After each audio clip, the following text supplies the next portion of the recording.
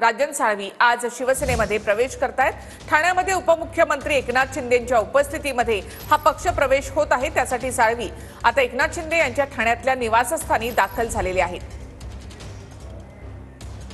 तर पक्षप्रवेशापूर्वी शिंदेंच्या निवासस्थानी सामंत बंधू आणि साळवी यांची एकत्र बैठक होते। तरी सगळे वाद जे आहेत ते विवाद मिटलेले आहेत का, कारण त्यांचा पक्षप्रवेश होतोय?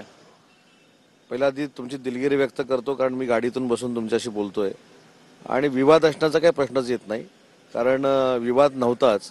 तो सूत्रांच्या हवालाकडनं विवाद निर्माण झालेला होता।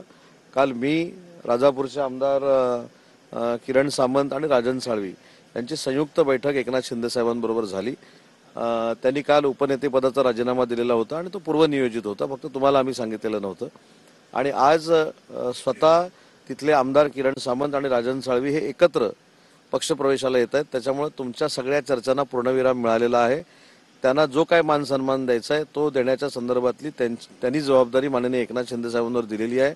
वाद कधीही नव्हता, खोडा कोणीही घातलेला नव्हता, पण तुम्हाला देखील थोडे दिवस सस्पेन्समध्ये ठेवावं म्हणून काल रात्रीपर्यंत आम्ही चर्चा केली नव्हती। काल आमची पूर्ण चर्चा झाली आणि आज राजन साळवी शिवसेनेमध्ये प्रवेश करतात। विनायक राऊत माजी खासदार असं म्हणतात की तुम्हाला शह देण्यासाठी राजेश साळवी यांची एंट्री जी आहे ती शिवसेनेत करण्यात आली। एकनाथ शिंदेने हे संपूर्ण घडवून आणलं नाही। विनायक राऊत साहेब काल हे बोलले होते, आज ते पत्रकार परिषदेमध्ये त्यांचं मत वेगळं आहे, परंतु विनायक राऊत साहेबांनी त्यांचा पक्ष म्हणून त्यांच्या पक्षातनं जी व्यक्ती बाहेर पडते त्याच्या संदर्भात बोललेलं आहे वक्तव्य। आम्ही त्यांच्यावर का बोलू ना?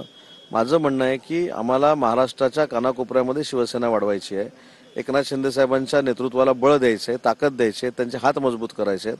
त्याच्यामुळे कोण काय बोलतं याच्यापेक्षा राजन साळवी आले त्यांचं मी स्वागत करतो। ऑपरेशन टायगरची चर्चा महाराष्ट्रात होती, आता ती दिल्लीपर्यंत पोहोचलेली आहे। दिल्लीत सुद्धा अनेक घडामोडी होत आहेत। काल स्नेहभोजनाला काही खासदार जे आहेत ते ठाकरे गटाचे त्या ठिकाणी गेले आणि त्यामुळे आदित्य ठाकरेने सुद्धा सूचना ज्या आहेत ते सक्तीच्या दिलेल्या पाहायला मिळाल्या, त्यावरती काय सांगा?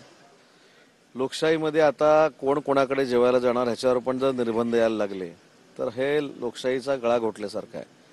कुठच्या पक्षाचा कोण लोकप्रतिनिधी आहे, परंतु त्याचे राजकारणाच्या पलीकडे जाऊन संबंध असू शकतात। तो माझ्याकडे जेवायला आला किंवा श्रीकांत शिंदे साहेबांकडे जेवायला गेला म्हणजे तो आमच्या पार्टीत नाही आला, तुम्ही त्याच्यावर अविश्वास निर्माण करताय। मग जर त्यानं काही निर्णय घेतला तर तुम्ही त्याला गद्दार ठरवताय। आज आता स्नेहभोजनापर्यंत झालं, ठीक झालं, भविष्यामध्ये काय जेवावं आणि काय जेवू नये याचे देखील कदाचित आदेश होऊ शकतात। ते आदेश निघाल्यानंतर तुम्हाला आणि मला नवीन वाटण्याचं काय आवश्यक? ठाकरे दिल्लीत होते आणि खासदार मात्र